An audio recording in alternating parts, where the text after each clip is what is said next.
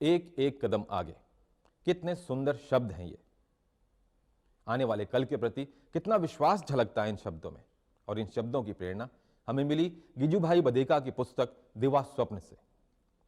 गिजुभाई बधेका ने 20वीं शताब्दी के पहले दशकों में शिक्षा के क्षेत्र में गुजरात में अनूठे प्रयोग किए। आज करीब एक शताब्दी के बाद जब हम दिवा स्वप्न पर नजर डालते हैं तो हमें लगता है हमें आज भी ठीक वैसे ही चलते रहना होगा, एक एक कदम आगे। आज जैसा कि गिजुभाई चाहते थे, शिक्षा बाल केंद्रित होने की ओर अग्रसर है। बदलते समय में लक्ष्य वही है। हाँ, यह हो सकता है दृष्टिकोण में परिवर्तन आया हो। हमारे स्वप्न भी वही हैं जो गिजुभाई के थे। बस इसी संदर्भ में यह प्रयास। तो चलिए करते हैं शुरुआत शुरू से।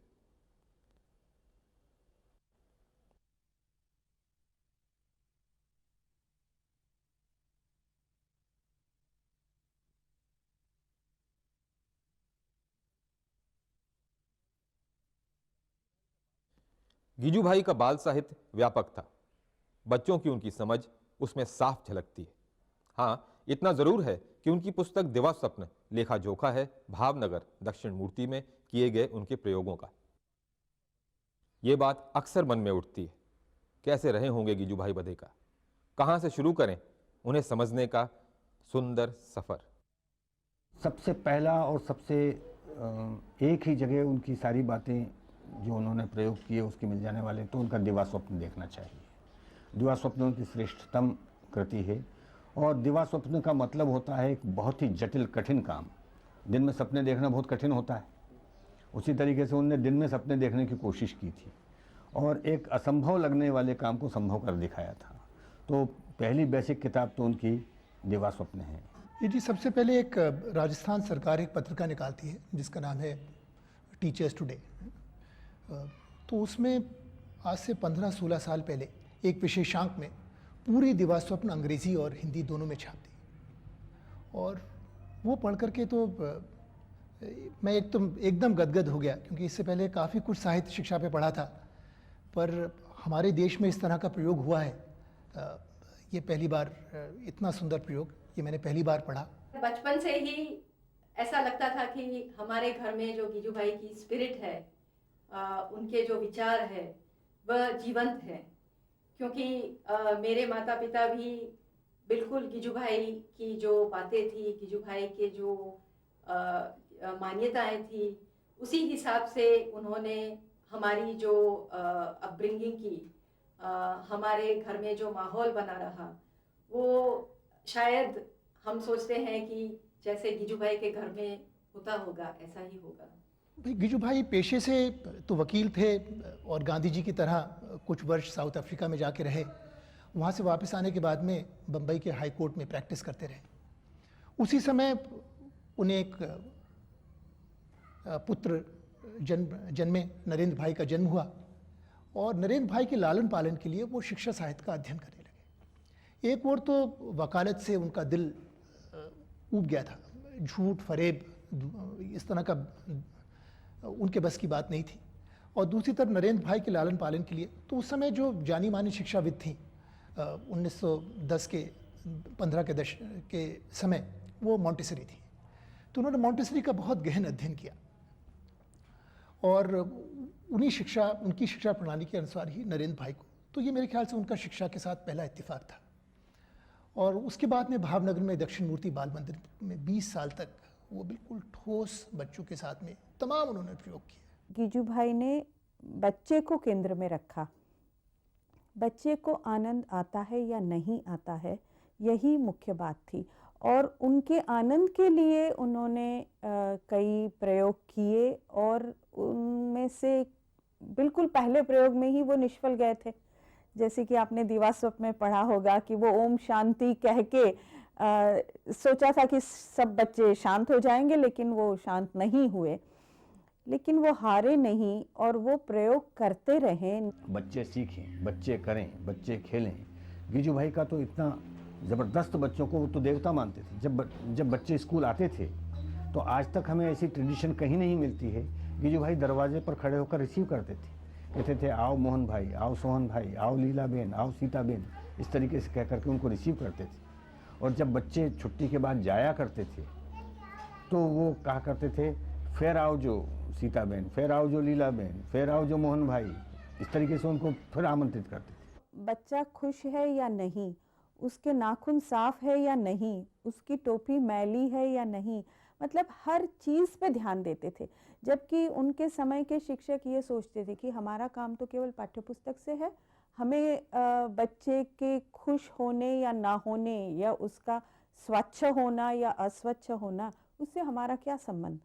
लेकिन मैंने जो कहा ना कि गिजू भाई ने पूरा उसका नज़रिया बदल दिया और बच्चे के साथ यानी बच्चे का स्वस्थ होना ये शिक्षा का पहला कदम होना चाहिए। गिजू भाई काफ़ी कम उम्र में उनका देहांत हुआ, 54 वर्ष के थे जब उनका देहांत हुआ, और 200 से अधिक कहानियाँ उन्होंने बच्चों के लिए लिखी हैं। जो कोई भी गुजरात से आया, उस समय एक गुजरात के अंदर एक मुहिम जैसा, ये 20 का दशक था जब बच्चों की बहुत पिटाई लगती थी। ऐसा समझा जाता था कि जब तक छड़ी से मारोगे नहीं तब तक बच्चे सीखेंगे नहीं। तो इसके खिलाफ उन्होंने बच्चों की एक वानर सेना जैसी गठित की, और अगर कोई बच्चों को मारता माँ बाप तो ये वानर सेना, जो बच्चों का ही समूह होता था, वो उन माँ बाप के पास पहुँच जाता था उनसे प्रश्न पूछने के लिए। तो इससे कुछ राहत मिली, और उन्होंने गुजरात के अंदर इस तरह के एक बाल मंदिरों की एक पूरी श्रृंखला जैसी एक प्रेरित की। एक नया एक तरह की एक लहर आई बाल शिक्षण के केंद्र के अंदर, और उन्होंने माता पिता और शिक्षकों के लिए 20 किताबें लिखी जो सभी गुजराती में थी।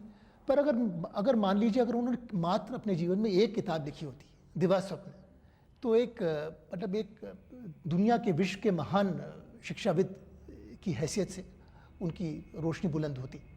उन्होंने जितना लिखा इतना अधिक लिखा कि शायद उनके जो 18-20 साल जो उन्होंने शिक्षण के विचार और शिक्षण की पद्धति और शिक्षण की जो प्रैक्टिस में बिताए, वो शायद 50 साल बाद, आज 70 साल बाद भी कोई इतना नहीं कर पाया है। तो स्पिरिट तो था ही, उनका स्पिरिट था। एक तो बच्चों का दिल था उनका, बच्चों के दिमाग में अंदर जाके बच्चों के विचार, बच्चों की जो मान्यताएं हैं, बच्चों के जो डर है अंदर के, बहुत अंदर के गहरे डर, वो उन्होंने अंदर जाके, भीतर जाके उन्होंने देखा। फिर बाल दर्शन में छोटे छोटे से कोटेशंस हैं जिनमें उन्होंने बच्चों को कहा है मेरे बाल देवता हैं। बच्चे प्रश्न कर रहे हैं, मैं खेलूं कहाँ, मैं कूदूं कहाँ, यदि खेलता हूँ, कूदता हूँ, आवाज़ करता हूँ तो माँ बाप भाई बहन सब मना करते हैं, इनकार करते हैं। किसी को गिरने का डर है, किसी को शोर होने का की वजह से दिक्कत है। इस तरीके से मुझ पर कई प्रकार के प्रतिबंध लगाए जाते हैं। गिजू भैया पहले ऐसे व्यक्ति थे जिन्होंने बच्चों की स्वतंत्रता, बाल मुक्ति का अभियान चलाया। एक तो ये भी थी कि उन्होंने देखा होगा कि हमारी जो पूरी शिक्षा पद्धति थी इससे पहले की, वो बहुत रटन पे आधारित थी। इम्तहान है, हाज़िरी है, रटना है, ये सब एक तरह के प्रतीक हैं। जैसे कि हम कभी मंदिर में जाते हैं तो लोग फूल, नारियल, अगरबत्ती इस तरह के लेके जाते हैं, पर चाहे हमारे दिल में श्रद्धा हो ना हो, फिर भी हम प्रतीक, तो ये सब जो शिक्षा में आजकल प्रतीकों पर ज़्यादा ध्यान है कि बच्चों का गणवेश हो, एक यूनिफॉर्म हो, हाज़िरी हो, होमवर्क हो, पाठ्य पुस्तकें हों, पर उनका इसका सीखने सिखाने से कोई लेना देना नहीं। तो वो मेरे ख्याल से क्योंकि एक बुनियादी सोच वाले व्यक्ति थे, और उन्होंने ऐसा भी नहीं कि मॉन्टेसरी को सीधे के सीधे अपनाया हो। मॉन्टेसरी के साथ उनके काफ़ी मुद्दों के ऊपर काफ़ी विवाद था, और उनके मतभेद थे मॉन्टेसरी से। उन्होंने मॉन्टेसरी के मूल सार को अपनाया और उसको भारत के, अपने देश की जो एक ठोस धरातल थी, उस पर उन्होंने उसको अपनाने की चेष्टा करी। उनके कई जो राइटिंग्स है, उनकी कई दूसरी जो पुस्तकें हैं, उसमें ये उन्होंने कहीं लिखा भी है कि क्या पता लोग सोचेंगे कि मैं ये क्या लिख रहा हूँ, लोग मुझे पागल भी समझेंगे शायद, तो ज़रूर अकेले होंगे, क्योंकि वो अपने ज़माने से बहुत आगे बढ़ के सोच रहे थे। तो जो एक स्कूल आमंत्रित करना चाहिए, स्कूल बच्चों को बुलाना चाहिए, वो बात गिजू भाई ने साबित की। तो इसलिए मेरा ख्याल है कि गिजू भाई ने केवल कहा नहीं, करके दिखाया। हम रविन्द्रनाथ ने भी को याद इसलिए करते हैं, करके दिखाया। और बहुत से ऐसे हमारे हैं, गांधी ने कहा बहुत, पर गांधी ने अपना कार्य दूसरे को सौंपा, क्योंकि गांधी के पास इतना समय नहीं था कि सभी काम वो अकेले करते। विनोबा ने भी सोचा, पर विनोबा ने सर्वोदय पर ज़्यादा काम किया। जिद्दू कृष्णमूर्ति ने सोचा, पर उन्होंने हमारी भारतीय अस्मिता के बारे में ज़्यादा बात कही। गिजू भाई ने कहा कि नहीं, मैं तो सीधा जिनके लिए बात कह रहा हूँ उनके ही पास जाऊँगा। तो वो पहले व्यक्ति थे जो स्वयं बच्चों में चले गए। गिजू भाई जैसे एक एक बच्चे के साथ जुड़ते थे, ऐसे शिक्षकों के प्रशिक्षण में भी हमें एक एक शिक्षक के साथ जुड़ना होगा। उनकी क्या समझ है, उनकी क्या रुचि है, ये देख के उनको समझाना होगा। और उसमें से कुछ है जो खुले होंगे और कहेंगे कि हाँ हम ये प्रयोग करना चाहेंगे, और कुछ ऐसे भी होंगे जो सोचेंगे कि नहीं नहीं, इससे तो समय नष्ट होगा, हमारा कोर्स कब खत्म होगा, हम इन बातों में नहीं पढ़ना चाहते हैं। तो यहाँ पर भी वही समस्या है शिक्षकों के साथ भी, जो कि बच्चों के साथ रही है। मेरे ख्याल से उनकी आत्मा, जो कुछ भी देश में स्कूलों की हालत है उसको देख के गिजू भाई की आत्मा खुश तो नहीं होगी, और आतुर होगी कि इस तरह का सपना किस तरह से पूरा किया जाए। और उन्होंने अपने जीवन में बच्चों के लिए जो किया वो अभूतपूर्व था। गांधी जी ने उनसे खुद कहा कि देखो, मैं तो बच्चों के साथ इतना काम नहीं कर पाया जितना तुमने किया। और क्योंकि गांधी जी उनके समकालीन थे, तो गांधी जी ने गिजू भाई को एक खिताब दिया था। गिजू भाई की लंबी लंबी मूछें थी, तो मुछाली माँ, द मुस्टैच्यूड मदर, इस तरह का। और मेरे ख्याल से इससे बड़ा तमगा खिताब कोई किसी को नहीं दे सकता, क्योंकि उस इंसान में माँ की एक बहुत असीम ममता थी। और हम, मेरे ख्याल से दिवास्वप्न को पढ़ करके तमाम हमारे हज़ारों देश के शिक्षक प्रेरित हुए हैं, क्योंकि इसमें एक उन्हें कहीं किरण रोशनी दिखाई दी है प्रगति की ओर बढ़ने की।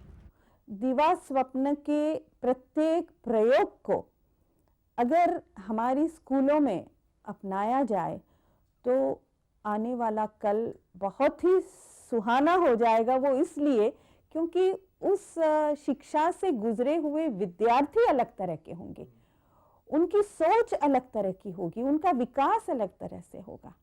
तो इसलिए गिजू भाई को हमें बहुत ही सीरियसली लेना चाहिए, और खास करके दिवास्वप्न को। गिजू भाई को समझने के लिए हमें अपने बच्चों को समझना चाहिए।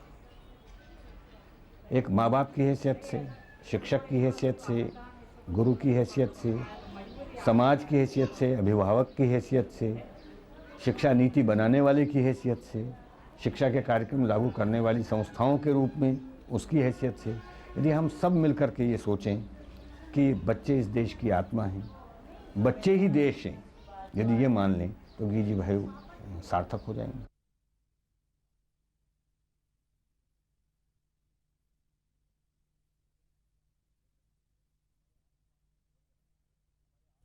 वंदना हमारे आसपास के किसी साधारण स्कूल की साधारण सी शिक्षिका। वंदना ने गिजू भाई की किताब दिवास्वप्न को पढ़ा। उसे लगा कितना सुंदर था उनका प्रयास। सच बात तो यह थी, उसे लगता था कि यह सब आज भी किया जा सकता है। प्रेरणा का साथ मिला और वंदना आगे बढ़ी। तो आइए वंदना के साथ चलते हैं एक एक कदम आगे।